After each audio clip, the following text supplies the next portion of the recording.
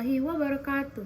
Hi guys, my name is Nur Ayudia Hasanah. Just call me Ayudia. I'm from 12 IPS Exclusive, and I will discuss cases that are currently stealing the public's attention again in Indonesia. Cyanide in Mirna Coffe.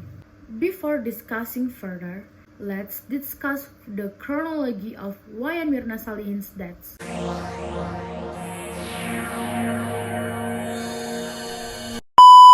This is a widely circulated chronology according to witnesses and existing CCTV. After 8 years living in Sydney, Australia, in December 2015, Jessica Wongso returned to Indonesia to look for work.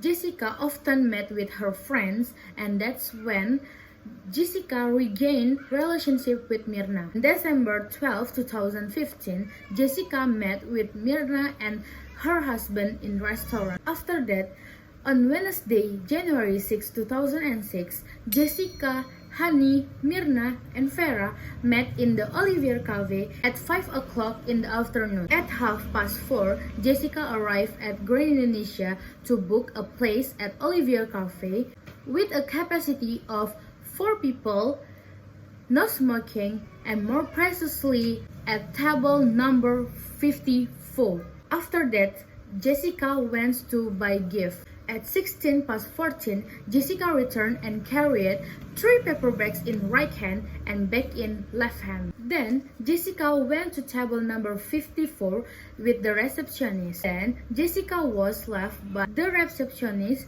to take the menu. At the 15:16, Jessica read the menu and then the receptionist retreated. And at the 16:22, Jessica made a payment and closed the bill. At the 16:23, Agus Triono or the waiters delivered Jessica's orders. Agus appeared on 3 CCTV cameras while taking tissues. Then at the 16:24, Agus put a glass, coffee grounds, and straw, and poured hot water. At the 16:25, Agus still served Jessica's table, but it was faintly visible. Between 16:26 and 17:17 p.m., Jessica, seen moved the paper bags she placed on the hard desk. It was also seen that she took something out of her bag and was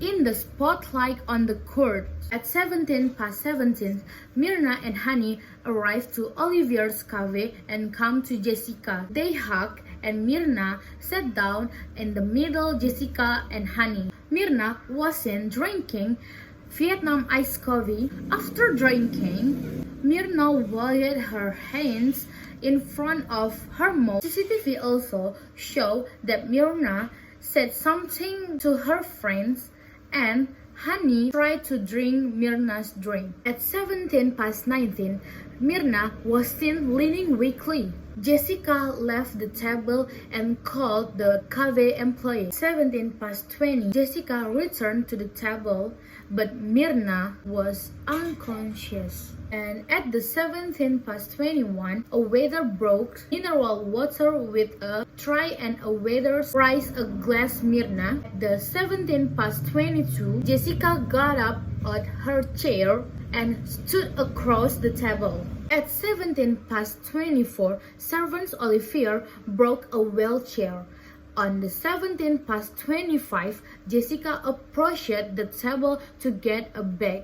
On the 19:26, Hani looked panicked and made a phone call to Ari Sumarno, Mirna's husband. Minutes later, Mirna was taken to the elevator using a wheelchair. Then, at the 6 p.m., Mirna was taken to Abdiwaluyo Hospital in a state of no pulse, breathing, and no longer detection of heart rate, and resuscitation was carried out. At the 18:30, pupils dilate, negative light reflex, bluish lips, and ECG results show no heart effectiveness. CPR was stopped and Mirna was pronounced dead. Of the 2 people in there, Jessica was determined as a suspect. Here are some who were called a suspect.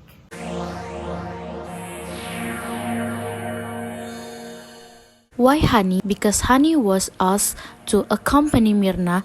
Mirna called Hani 3 times before going to see Jessica. Hani also tried Vietnam's iced coffee after being offered by Mirna. Hani seems to start to panic when Mirna starts to react. The second is Agus Triono.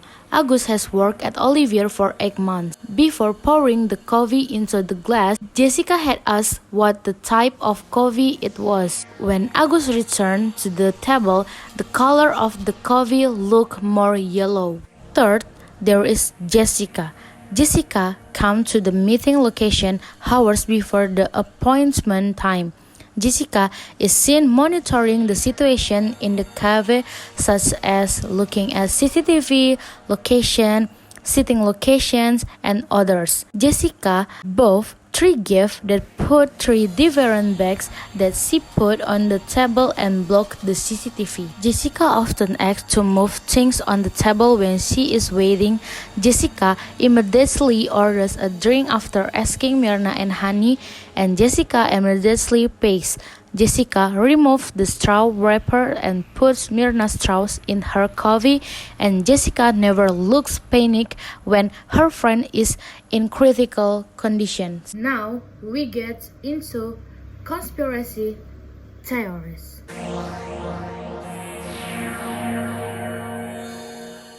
As for the emergency of conspiracy theories from this case, first, love triangle. Many people believe maybe Jessica and Mirna's husband have a something of relationship. The second is I love you but I hate you. Jessica kills Mirna because she loves Mirna and hurts because Mirna prefers to marry with Arif. This theory is backed up from WhatsApp chats found by Mirna's father, but in fact Mirna's father is misunderstood the chat. A third theory is that it may have been Mirna's father who had killed Mirna, as Mirna's father was known to insure 2 daughters with life insurance is very expensive, and if Mirna died of murder, then life insurance worth 16.8 until 69 billion would be liquid. But we must have thought, could there be a father who had the heart to be like that?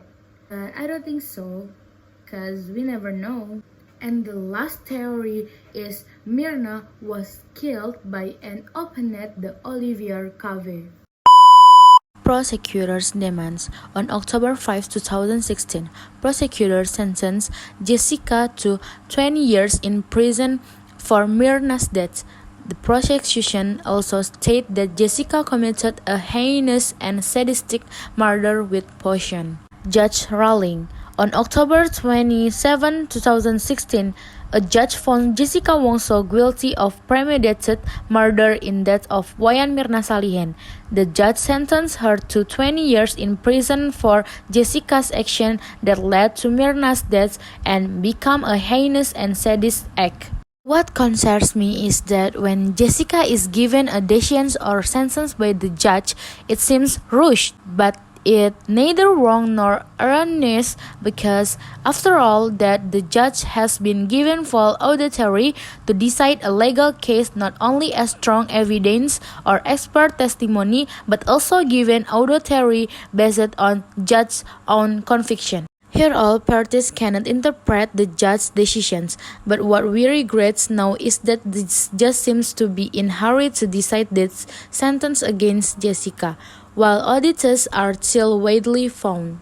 Because, first, we have not confirmed Mirna's death 100% because of cyanide, because the cyanide content was in Mirna's body when Mirna died and the autopsy was not autopsied thoroughly. And even how and when the exact amount contained in Mirna's body was not clearly proven at trial. Secondly, electronic witnesses who show that Jessica is the murderer also do not exist. only based on chronological stories taken from places and times that are connected with Jessica and Myrna's were in the same place. Then it is not impossible that other things or other substances or indeed cyanide itself has a dust and certain ingredients she has consumed or entered her body before he was in the cave itself. So, when mixed with the drink, it can react quickly. In conclusion, I do not blame or even my authority to blame the judge's decisions because the judge has full rights to the decision on an case on the consideration and evidence of evidence, witnesses, locksmiths, or on the basis of the judge's own conviction. Regardless of that, it does seem that there is a rush or rush because there is actually still room or time to make this case brighter so that the public can be better understand that Jessica's court process is a defendant and looks fair. Whether Jessica is natural or not is made a suspect. The second unfortunate thing is why neither the police nor the prosecution agency are able to make the chronological process clear so as to obtain concrete evidence to determine who deserves to be a suspect. That's all I can explain. Sorry if there is a mistake and I didn't offend any party. This is all summarized based on my opinion and the news circulating. Thank you.